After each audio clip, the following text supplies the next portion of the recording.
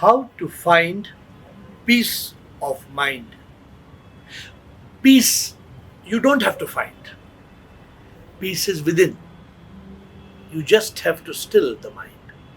Then peace you will find. Most people are running after peace. I want to find peace. You can't find peace. Peace is already within each one of us. But who steals our peace? It is the mind. But where is the mind? You cannot find. What is the mind? The mind is nothing but a bundle of thoughts. When there are thoughts, the mind appears. When there are no thoughts, there is no mind. When you are fast asleep, deep sleep, not when you are dreaming, you find so much bliss, so much peace, because there is no mind. The mind disappears. The mind steals our peace. What is this mind? It is thoughts. Therefore, who is stealing our peace? Thoughts. We are caught in thought and we lose our peace. What kind of thought? The mind, a bundle of thoughts, creates fear, worry, stress, anxiety. And because of this, we lose our peace. What is fear? False expectation appearing real. There is a thought of fear. There is no danger. But fear makes us imagine there is a danger. Then, not only fear, there is stress, there is worry, there is anxiety. The mind keeps on bombarding us with thoughts. The same thought. I have cancer. I have cancer. I may have cancer. Do I have cancer? You don't have cancer. But you have the thought of cancer.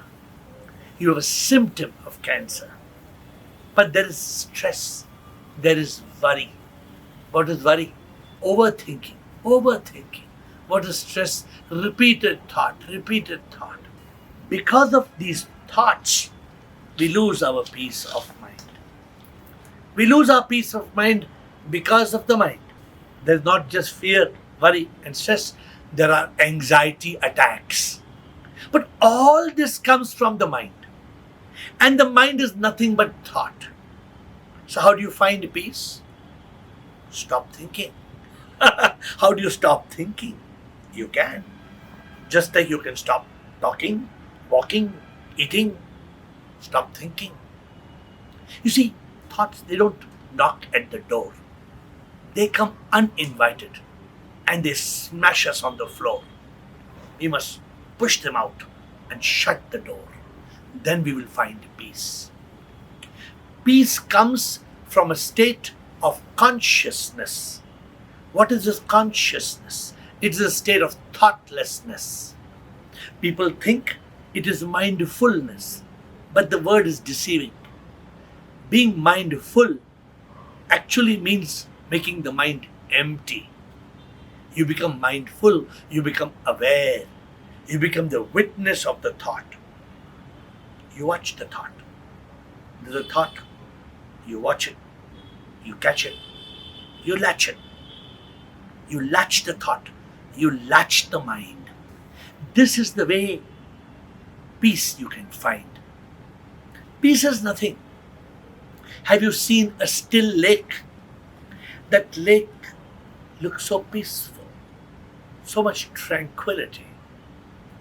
Drop a pebble in that lake, ripples of waves, and the stillness of the lake is gone. Peace is gone. When there are ripples of thoughts in the mind, we have to get rid of these thoughts. And these thoughts together create the mind. Peace is a choice. Peace is the foundation of happiness. And many people lose their bliss because they don't have peace.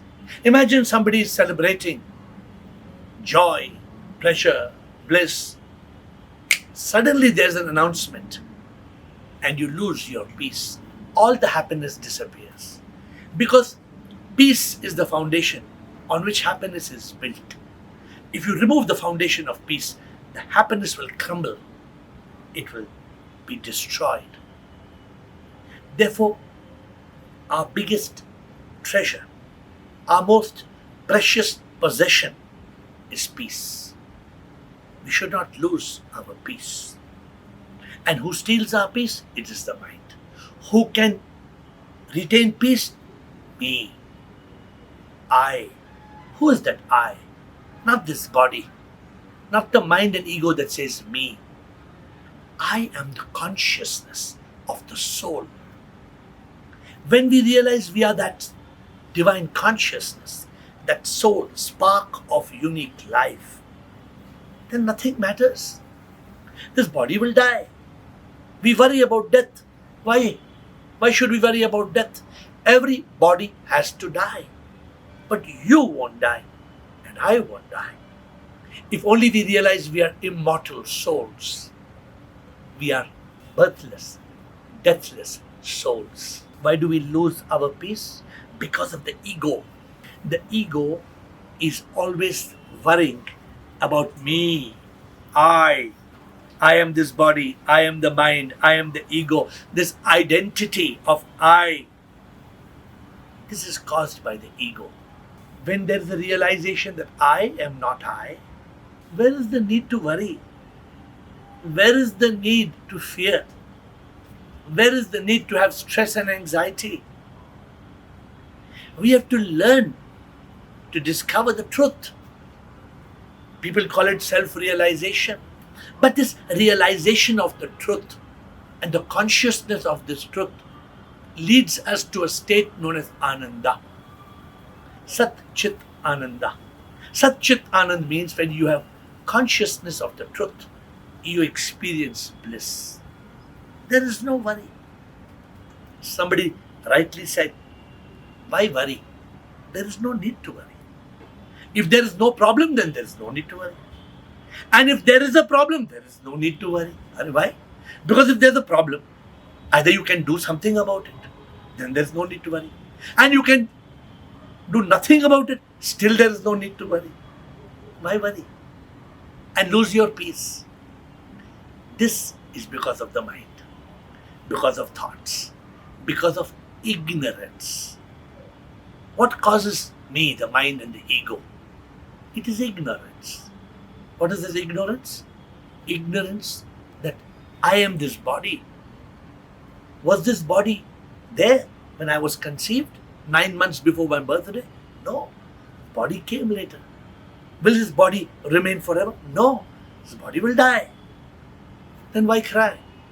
Why look up at the sky and ask why? Because of ignorance. Because we think I am this body. I will suffer. I will have the diseases and decays in this body. No. We say this is my hand. Whose hand? My hand. Who is this? My hand. Who is this person saying my hand? When we go in quest and we realize the truth, all worries disappear. We are liberated from the suffering, not only of the body, but the misery of the mind and the agony of the ego. What is stealing our peace? It is me, the mind and ego, that's creating agony. The agony causes anger, hate, revenge, and jealousy. Because I think I am different from you. And this creates so much duality that we lose our peace. We lose our peace because there is anger, hate, revenge, jealousy. When are we going to transcend? When are we going to go beyond the ego, the mind? Then peace we will find. Everybody wants peace, but very few people experience a state of peace and tranquility.